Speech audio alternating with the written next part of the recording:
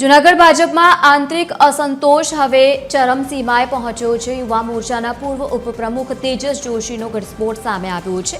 શહેરના પ્રમુખ ડબલ ધોરણો ખુલ્લા એક ઘરમાં બે હોદ્દા આપતા વિવાદ સર્જાયો છે। ગૌરવ રૂપારેલિયા સામે આકરા પ્રહારો પણ કરવામાં આવ્યા।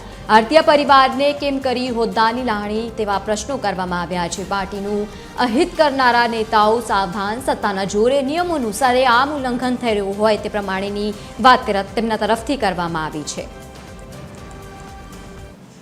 કેવું હતું આપણા શહેર પ્રમુખ ગૌરવ રૂપારેલિયાને તમે એમ કહેતા હતા ને એક ઘર એક જ હોદ્દો, તો તમે આજે એક ઘરમાં બે હોદ્દા આપ્યા, ગિરીશભાઈ આડતિયા અને ખ્યાતિબેન આડતિયા। કેમ એ કોઈ તમારા સગા થાય છે?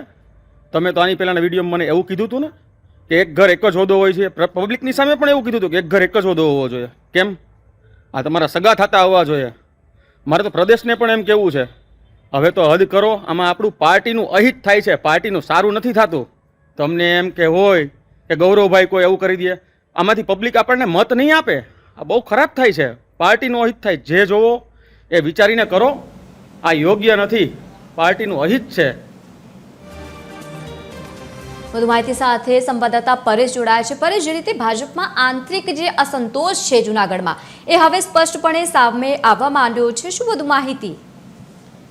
ચોક્કસથી જમા કરવામાં હતો। ભાજપમાં જે આંતરિક અસંતોષ છે ચરમસીમાએ આવ્યો છે।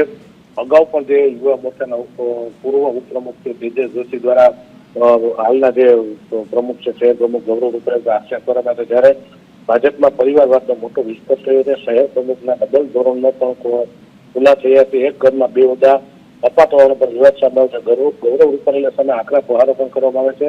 જ્યારે આડતિયા પરિવારના જે પતિ પત્નીને આ હોદ્દો આપવામાં આવ્યો છે, ત્યારે જે તેજસ જોશી છે પૂર્વ ઉપપ્રમુખ છે યુવા મોરચાના ભાજપના, તેવો આક્ષેપ કર્યો છે અને એક જ વ્યક્તિને જે હોદ્દો આપવામાં આવે તેવી પણ તેણે માંગ કરી છે, જેને લઈને સમગ્ર રાજકારણ ગરમાયું છે। બિલકુલ, આભાર સમગ્ર માહિતી સાથે જોડાવા બદલ।